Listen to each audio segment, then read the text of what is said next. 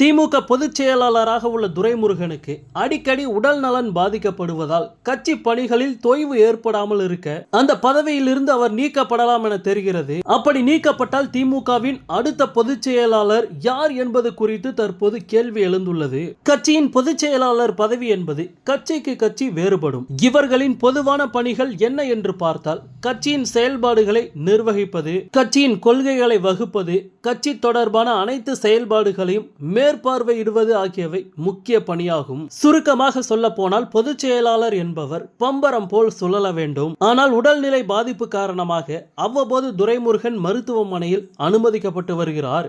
இதனால் அவரால் தொடர்ந்து கட்சியில் ஆக்டிவாக இருக்க முடியவில்லை என்பதால் அவர் நீக்கப்படலாம் என்கிறார்கள். இந்த நிலையில் தற்போது கட்சியின் நலன் கருதி அவராகவே விலக முடிவு செய்துள்ளதாக சொல்லப்படுகிறது. 87 வயதாகும் துரைமுருகன் கிட்டத்தட்ட 50 ஆண்டுகளாக எம்எல்ஏவாக இருந்து வருகிறார். வேலூரில் திமுகவை தனது கட்டுப்பாட்டில் வைத்திருக்கிறார். இவர் சொல்வதுதான் வேலூர் மாவட்ட திமுகவில் சட்டமாக இருக்கிறது.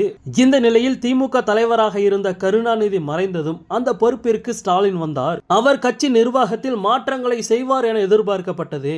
மொத்தமாக இல்லாவிட்டாலும் கொஞ்சம் நஞ்சம் செய்தாலும் மூத்த தலைவர்களின் ஆதிக்கம் மேலோங்கி வருகிறது. அவர்களே கட்சி பதவிகளுக்கும் மக்கள் பிரதிநிதித்துவ பதவிகளுக்கும் இருக்கிறார்கள். போதாகுறைக்கு அவர்களது மகன், மகள் உள்ளிட்டோர்களும் இந்த பதவிகளில் இருக்கிறார்கள். இதனால் புதிதாக கட்சியில் சேரும் நிர்வாகிகள், அடுத்த கட்ட நிர்வாகிகள் அதிருப்தி அடைகிறார்கள். இது வரும் 2026 தமிழக சட்டசபை தேர்தலில் எதிரொலிக்காமல் இருக்க என்ன செய்வது என ஸ்டாலின் வியூகம் வகுத்து வருகிறார். எனவே மூத்த தலைவர்களை மாற்றும் முயற்சியில் ஸ்டாலின் ஈடுபட்டு உள்ளார் என்கிறார்கள். திமுகவின் எதிர்காலமான உதயநிதிக்கு தோதான நிர்வாகிகளை நியமிக்க ஸ்டாலின் திட்டமிட்டுள்ளாராம். தமிழகத்தில் பெரும்பாலான மாவட்டங்களை 70 வயதுக்கு மேற்பட்ட தலைவர்களை கட்டுப்பாட்டில் வைத்திருக்கிறார்கள் என்பது அனைவரும் அறிந்ததுதான். பாஜகவில் கூட 75 வயதுக்கு மேற்பட்டவர்களுக்கு கட்சியிலும் மக்கள் பிரதிநிதித்துவத்திலும் இடமில்லை.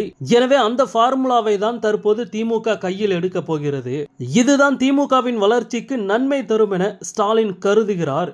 இந்த நிலையில் துரைமுருகனை பொதுச் செயலாளர் பதவியில் இருந்து நீக்கிவிட்டால் அடுத்தது யார் என்ற கேள்வி எழுகிறது. அதாவது பொருளாளராக இருக்கும் TR பாலுவா, இல்லை திமுக துணை பொதுச் செயலாளராக இருக்கும் ராசாவா என்ற சந்தேகம் எழுகிறது. இந்த நிலையில் துரைமுருகனுக்கு 87 வயதாகிறது. அவர் 50 ஆண்டுகளாக எம்எல்ஏவாக இருந்து வருகிறார். அவருடைய மகன் கதிர் ஆனந்தும் வேலூர் எம்பியாக இருக்கிறார்.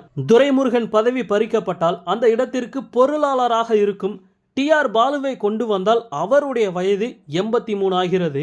40 ஆண்டுகள் நாடாளுமன்றத்தையே அலறவிட்டவர். தென் சென்னையை கட்டுக்குள் வைத்திருக்கிறார். ஆனால் அவருக்கும் 2 அல்லது 3 ஆண்டுகளில் வயதாகிவிடும். பின்பு கட்சி செயல்பாடுகளில் செயல்பட முடியாமல் சுணக்கம் ஏற்பட்டால் என்ன செய்வது? இதனால் TR பாலுவிற்கு பதில் ராசாவை திமுக பொதுச் செயலாளர் ஆக்கலாம் என்கிறார்கள்.